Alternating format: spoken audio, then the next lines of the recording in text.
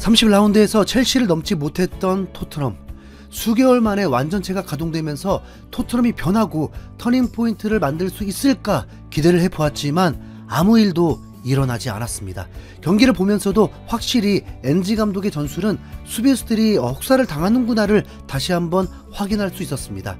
반더벤은 경기 중에 쥐가 나면서 불안감을 노출했고 형편없는 공격력에 팬들은 지친 것을 넘어서 포기 직전이 되었습니다. 그나마 가능성은 강팀을 상대로 0대1로 패배했다는 것인 만큼 분명 첼시보다는 한 수 아래 유로파리그 팀들을 상대하는 만큼 아직 끝난 것은 아니라는 것입니다. 분위기 반전을 위해서 31라운드에서 사우스햄튼을 홈에서 상대할 수 있게 되었습니다. 정말 이 경기라도 이겨야 할 텐데 그렇잖아요. 사우스햄튼은 올 시즌 강등이 확정된 팀입니다. 전반기에 손흥민이 한 골 2도움으로 5대0으로 이겼던 팀입니다. 사우스햄튼도 3일 전에 경기를 했기 때문에 전력이 떨어진 상황입니다. 모든 것이 승리할 수 있도록 초구가 쓰여진 상태입니다. 문제는 이 경기에 손흥민이 출전하길 바라는 것도 문제고 그렇다고 주전들이 빠지는 것도 또 문제죠. 만약 사우스햄튼에게 패배하면 이건 유로파리그 8강 앞두고 엔지를 경질해야 하는 초유의 상황이 발생하게 되는 겁니다.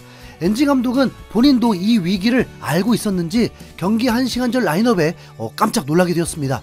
첼시전에 출전했던 선수들이 대부분 출전했기 때문입니다. 비카리오 골키퍼, 포로, 로메로, 벤 데이비스, 스펜스, 베리발, 벤탄쿠르, 메디슨, 존슨, 솔랑케, 손흥민을 선발 출전시켰습니다. 이걸 좋아해야 할지 말아야 할지 최근 공격력이 너무 부족하니까 사우스햄튼전을 통해서 다득점을 넣고 분위기를 끌어올리기 위함이 아닐까 싶습니다. 우선 프랑크푸르트가 리그 경기에서 13위 팀 브레멘에게 패배를 했습니다. 대승하고 독일 가는 게 가장 좋은 시나리오인데요. 근데 그대로 될까요? 솔직히 왜 이렇게 불안한지 제발 예상이 빗나가길 바랄 뿐입니다. 토트넘은 최근 리그 4경기에서 1무 3패로 리그 순위가 무려 16위까지 떨어졌는데요. 강등권 3팀의 승점이 20점 이하라서 워낙 독보적으로 못하길 망정이지 이 정도면 솔직히 토트넘도 강등권 팀들과 큰 차이가 없을 정도로 못하고 있습니다.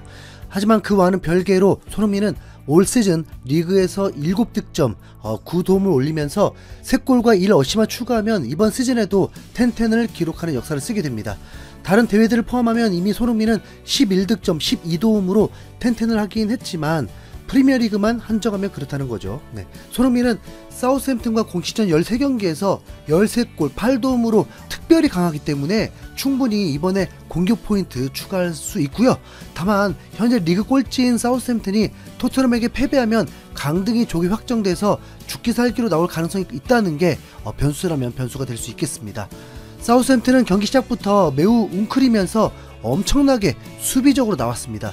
초반 10분까지 토트넘의 볼 점유율이 거의 80%에 달할 정도로 많이 가져갔고 슈팅도 여러 차례 하면서 경기를 주도했죠. 토트넘은 전반 12분 만에 선제골을 터뜨리면서 순조롭게 출발하는 모습이었습니다. 손흥민이 메디슨의 패스를 받아서 20m 정도 단독 드리블 전진했고 돌아뛰는 스펜스에게 패스를 건네주자 스펜스가 컷백을 했고 존슨의 슈팅이 되면서 그대로 골망을 흔든 겁니다. 올 시즌에 자주 봤던 장면인데 왼쪽에서 손흥민이 수비수를 다 끌어들이면 반대쪽 윙어가 득점하는 패턴이죠. 존슨은 이번 골로 벌써 리그 10골이고 커리어 하이도 돌파했습니다. 손흥민 효과의 최대 수혜자라고 봐도 돼요. 26분에는 사우스햄튼의 램스데일 골키퍼가 로메로의 강력한 다이빙 헤더슛을 얼굴로 막아냈는데요. 전반 초반에 있었던 코너킥 상황에서도 로메로가 강력한 다이빙 헤더슛을 했는데 램스데일이 막아냈었습니다. 로메로가 충분히 골이 될 만한 헤더슛을 했는데 안타깝게도 램스데일에게 모두 막혔습니다. 특히 두 번째 헤더슛을 얼굴로 맞고 나서는 혹시 모를 뇌진탕을 대비해서 의료진이 들어와서 상태를 살펴보기도 했습니다. 계속해서 공격을 이어가던 토트넘은 전반 32분에 추가골을 터뜨렸는데요. 포로의 프리킥이 또 로메로의 머리 맞고 튀어나온 공을 베리발이 발을 뻗어서 골대 안으로 밀어 넣은 겁니다. 그런데 골이 터지고 약 4분여 동안을 수동으로 옵사이드 체크에 허비했습니다. 세계 최고의 리그라는 프리미어리그에서 반자동 옵사이드 시스템이 없어서 골을 넣고 한참 동안 VAR을 보는 게 살짝 어이없다는 느낌도 들었습니다. VAR을 보는 동안에 선수들의 몸이 식게 되면 그게 부상의 원인이 된다는 말도 있는데 4월 12일 경기가 되어서야 비로소 반자동 옵사이드 기술이 도입된다고 하네요. 그리고 최종적으로 골이 취소되면서 토트넘은 좋았던 분위기도 잃어버리고 골도 잃어버리는 최악의 결과가 됐습니다. 메리발도 리그 데뷔골을 넣고 좋아했는데 그게 취소되면서 매우 안타깝게 됐죠. 그래도 골이 취소되고 4분 뒤에 골맛을 본 존슨이 추가골까지 터뜨렸습니다. 벤탄쿠르의 크로스가 막히면서 공이 떴는데 이걸 메디슨이 머리로 앞으로 밀어줬고 존슨이 감각적으로 낮게 깔아차면서 토트넘이 2대0으로 앞서게 된 겁니다. 오른쪽에 존슨이 2골이나 넣었다 보니까 이후에는 수비들이 오른쪽으로 몰리면서 손흥민 골이 나올 확률이 높아졌습니다. 실제 전반 추가 시간에는 왼쪽에서 손흥민이 골을 넣을 수도 있는 장면이 나왔는데 스펜스가 우당탕탕 돌파로 전진하면서 손흥민이 순간 노마크가 됐습니다. 그런데 여기서 스펜스가 탐욕을 부리더니 중심도 못 잡은 채로 직접 슈팅을 때리면서 손흥민에게 찬스를 주지 못했죠. 해외 토트넘 팬들 중에도 다른 선수가 아닌 손흥민의 활약을 원하는 팬들이 많았습니다.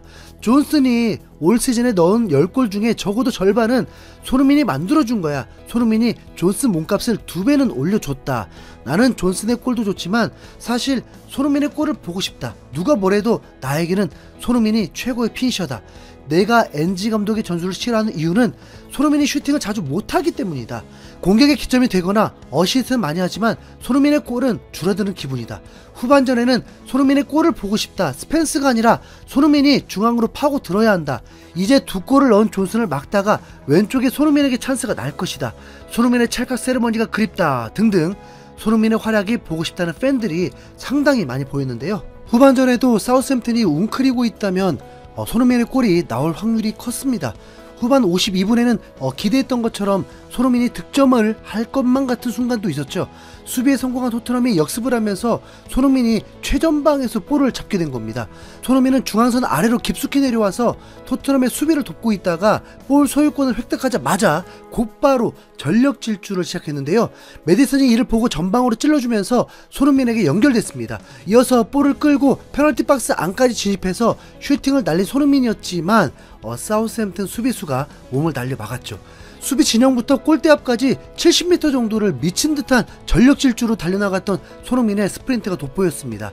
동시에 매우 아쉬운 장면이었는데 손흥민이 수비에 가담하지 않았다면 더 폭발적인 스피드로 골을 넣지 않았을까 그런 아쉬움을 느꼈습니다. 이후에 손흥민은 후반 56분에 교체됐는데 다음 주 중에 있을 유로파리그를 위해서 체력 안배차 교체를 한 겁니다.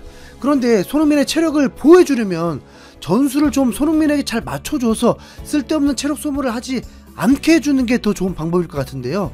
손흥민 대신 오드베르가 투입되고 벤탄쿠르가 사르와 교체된 이후에는 토트넘이 이렇다 할 공격이 나오지 않았습니다. 공격을 마구 몰아치던 전반전과는 180도 다른 모습이라서 당황스러울 정도였는데 손흥민이 있고 없고 차이가 이렇게 큰 차이를 만들어낼 줄 몰랐네요. 후반 75분까지 상대편 페널티 박스에서 볼터치가 토트넘 1회, 사우스햄튼 9회였는데 토트넘의 1회가 바로 손흥민 거였죠. 네. 경기는 토트넘의 승리로 끝나긴 했지만 아쉽게도 손흥민의 골이 터지지 않았는데요. 심지어 경기 막판에 실점까지 하고 말았습니다. 승리보다 지금 무실점이 더 중요했는데 참. 주중에 있을 프랑크푸르트와의 유로파 경기를 기대해 봐야 할 것 같습니다.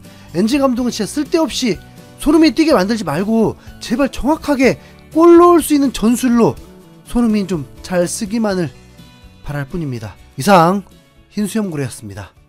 감사합니다.